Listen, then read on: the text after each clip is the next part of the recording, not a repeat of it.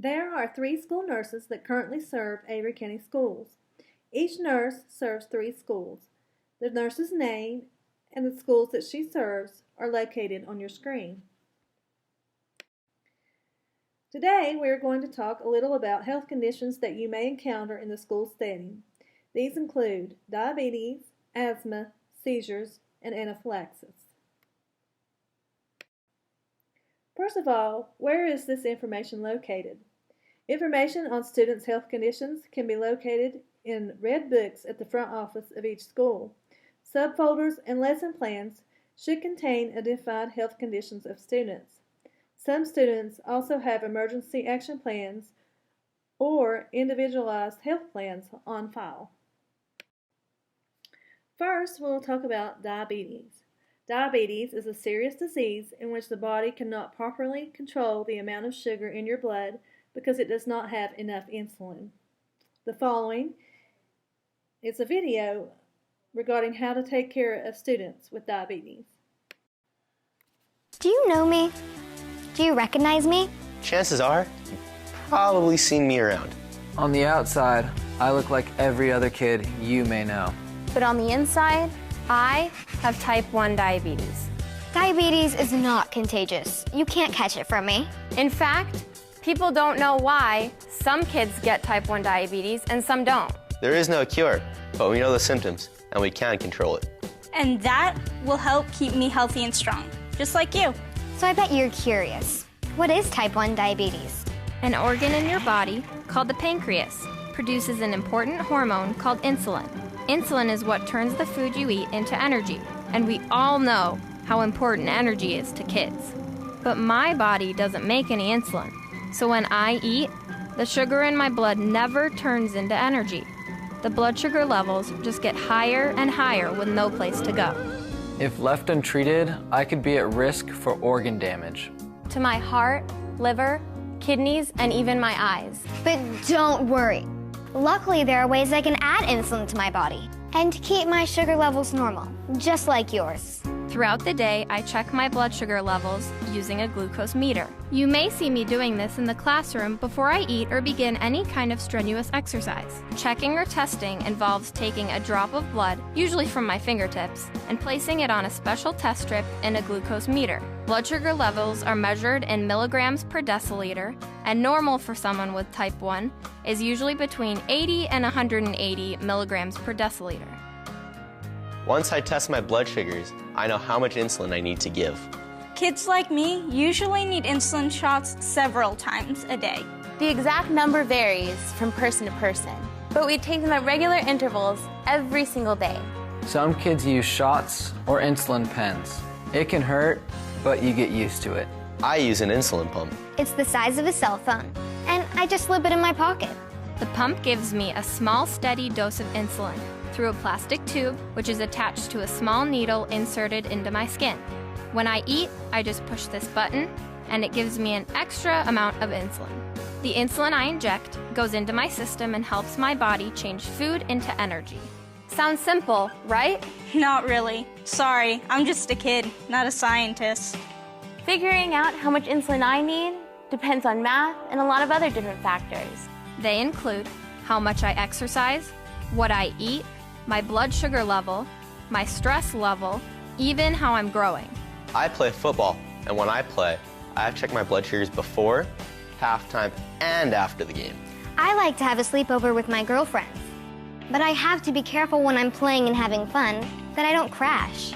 Crash is when my blood sugar drops. It's not my fault if my blood sugars get out of control, because I can't do anything about it. So please try to understand. Usually there are 2 problems with diabetes. One, of course, is if your blood sugar gets too high. This can happen if any of the following things occur: not having taken enough insulin, eating more than usual, eating earlier than usual, eating food with higher carbohydrate content without injecting extra insulin, a clog in the insulin pump tubing, less exercise than normal, stress, or illness. If my blood sugar is too high, I might have a reaction, and I may need your help.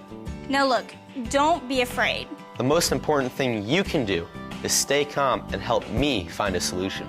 Here are some of the symptoms that tell you my blood sugar levels are too high. Thirst, frequent urination, blurry vision, stomach pain, increased hunger, nausea, drowsiness, lethargy, or exhaustion, confusion, sweating, fruity, sweet, or wine-like odor on my breath, vomiting, inability to concentrate, and/or weight loss. High blood sugars in the short term won't put me in danger right away, so if you see these warning signs, don't panic.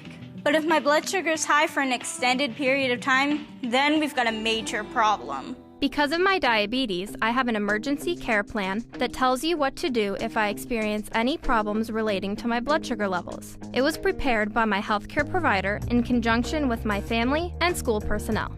If I am experiencing high blood sugar levels, the plan may instruct you to give me water or sugar-free drinks, monitor my blood sugar levels, and keep me from engaging in strenuous exercise.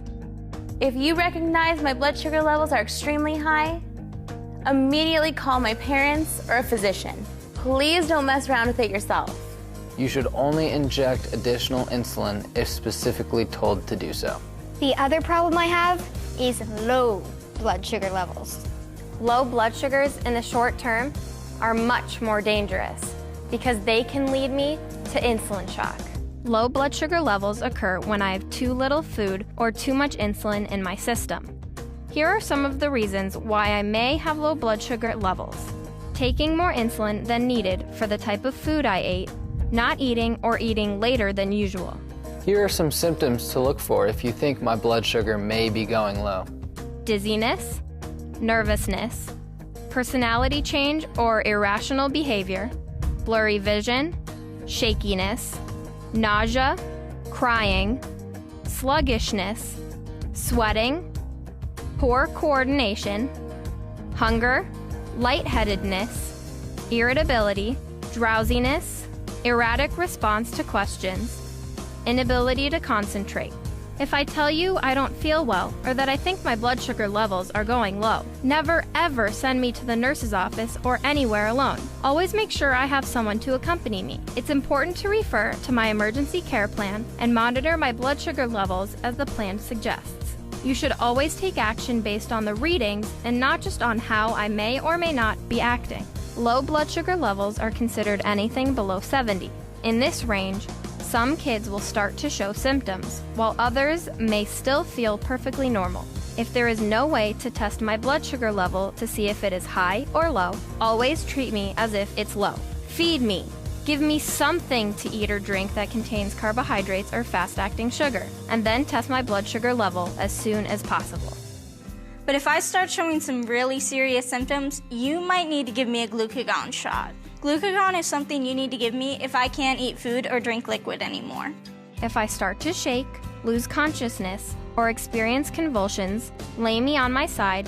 This will keep me from choking or hurting myself. Call the person trained to give me an injection of glucagon or call 911. Glucagon, like insulin, must be injected with a syringe into the skin. Glucagon is packaged in a kit. It comes with a vial of powder containing the medicine and a syringe filled with liquid to mix with the medicine. You should never mix glucagon in advance or after the expiration date printed on the kit and on the vial. Once you have administered the glucagon, it might take up to 10 minutes for the shot to cause the blood sugar to rise and the person to respond. Once conscious, you should monitor blood sugar levels and encourage the person with diabetes to eat or drink something with carbohydrates as soon as they are able. After mixing glucagon, always discard any unused portion. Handling situations like these can be very scary. Believe me, I know. But by reviewing the signs and symptoms regularly, you can prepare yourself in case there is an emergency. If you have specific questions about a student, contact the relevant diabetes provider and go to the JDRF website for more general information. I'm almost positive we've seen each other before. I'm a singer! I'm an animal lover. I'm a guitar player.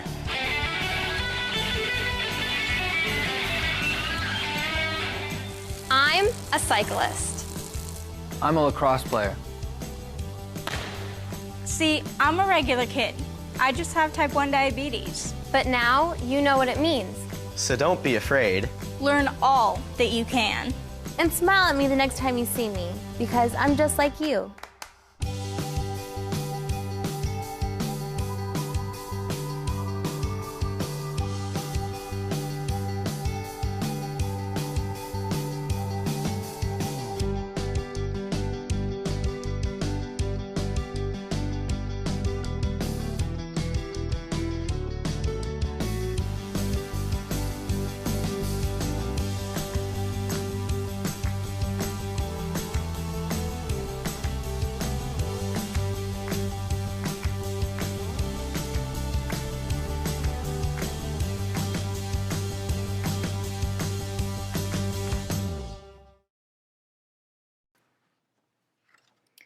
Asthma. Asthma is a chronic, long-term lung disease that inflames and narrows the airways. Students with asthma may present with a cough, which may be made worse by weather or exercise, and also students may present with wheezing or the inability to talk successfully due to shortness of breath. What to do for a student that is having an asthma attack? You want to stay calm. You want to reassure the student. Do not leave the student unattended. Call the office, identify yourself, the student, and the nature of the problem. Follow the emergency action plan if one is on file.